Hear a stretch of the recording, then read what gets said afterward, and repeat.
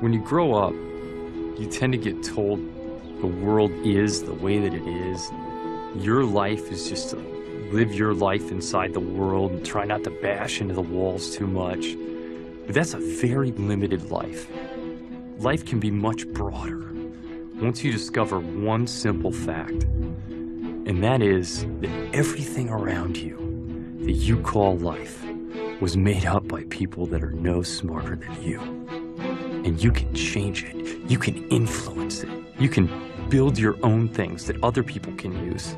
It's to shake off this erroneous notion that life is just there and you're just gonna live in it versus embrace it, change it, improve it, make your mark upon it. And once you learn that, you'll never be the same again.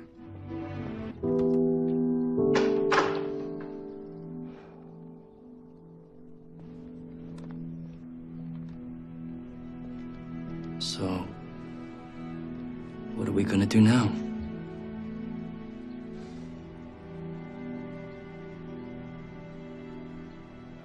Some of them are going to sound like, well, you've heard it before, but it's worth re-emphasizing. I think the first is you need to work, depending upon how well you want to do, and particularly if you're starting a company, you need to work super hard. So what does super hard mean? Well, when my brother and I were starting our first company, instead of getting an apartment, we just rented a small office and we slept on the couch. And we showered at the YMCA, and we're so hard up we had just one computer, so the website was up during the day, and I was coding at night, 7 days a week, all the time. And I sort of briefly had a girlfriend in that period, and in order to be with me, she had to sleep in the office. So work hard, like I mean, every waking hour. That's the thing I would say, particularly if you're starting a company. And I mean, if you do simple math, say like, okay, if somebody else is working 50 hours and you're working 100, you'll get twice as much done in the course of a year as the other company.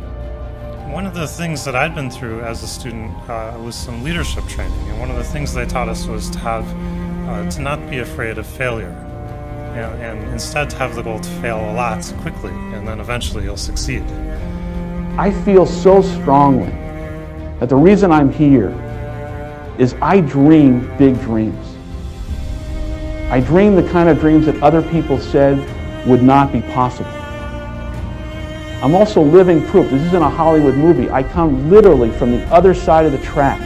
If you saw where I grew up and we took a picture of it, the neighborhood, the setting, you'd say it's impossible that someone could come from there and get here. But it is possible. And not to sound too trite, it's possible because we still live in a country where the entrepreneurial spirit is so alive and so well. And anyone in this country, if you dream big and surround yourself with great people and leave your ego at the door and share success with others and have a little luck along the way, you can do anything. But there will be people along the way, and I remember this, who will say to you, you know, you're dreaming too big. It's not possible. Those things just can't happen. Don't allow anyone, friend, family, acquaintance, teachers, whoever it is, don't allow anyone to tell you that what you are dreaming for yourself and your family is not possible. It is possible. Don't be one of those people 20 years from now are going to be walking around in a 9-to-5 job, miserable and angry and bitter because you let your dreams get away from you because you did not believe strongly enough in yourself and what was possible.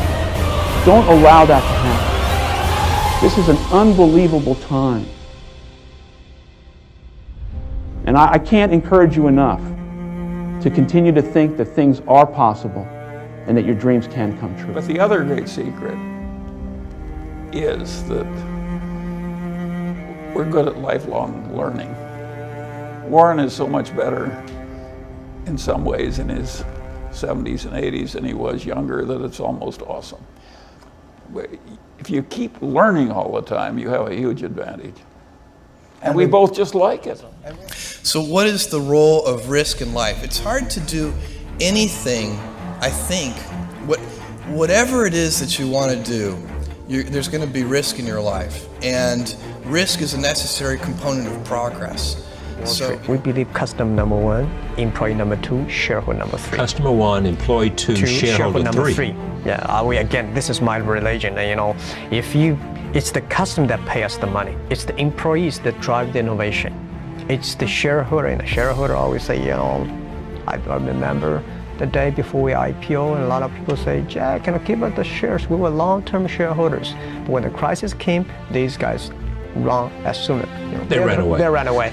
My people stayed, customers stayed. One of the things that companies do or startups do, they come up with an idea, they'll Google it, and if they don't see it in the first 2 pages, they think it's original.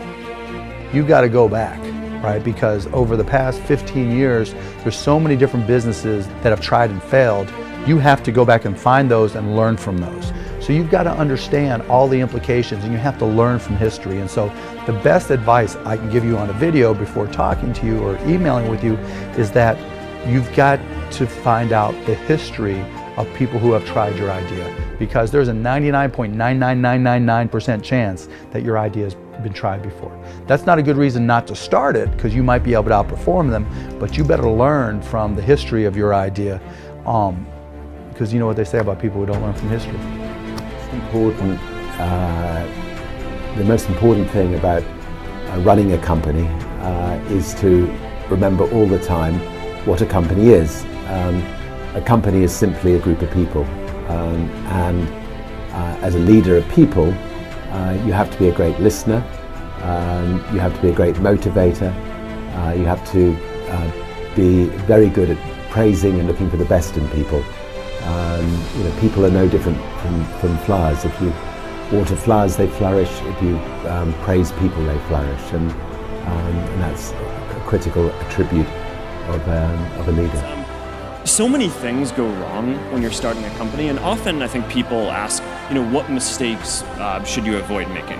And my answer to that question is don't even bother trying to avoid mistakes, because you're going to make tons of mistakes, right? And the important thing is actually learning quickly from whatever mistakes you make and not giving up, right? And there are things every single year of Facebook's existence that could have killed us or made it so that it just seemed like moving forward and making a lot of progress just seemed intractable. But you just kind of bounce back and you learn, and nothing is impossible. You just have to kind of keep running through the walls. Never, ever give up. You can change and you can move around, but never, ever give up. I know people that are very smart. They went to the Wharton School of Finance with me. I know other people that aren't as smart, and those people are the top people in industry today, and they just were tougher.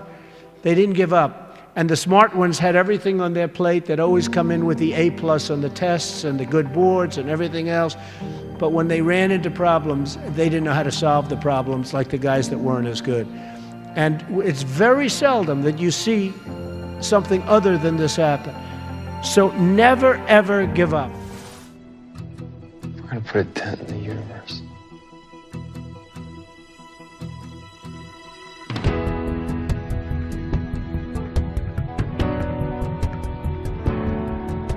Here's to the crazy ones,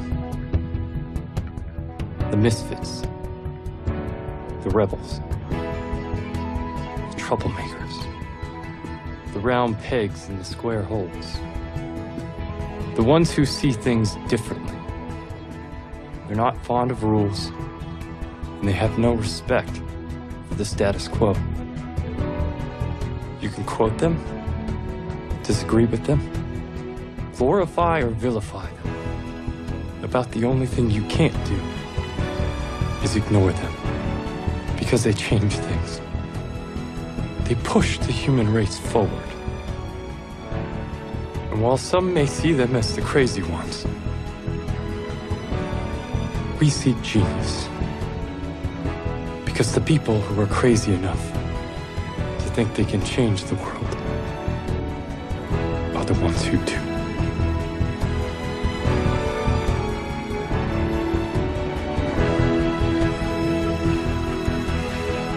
was that?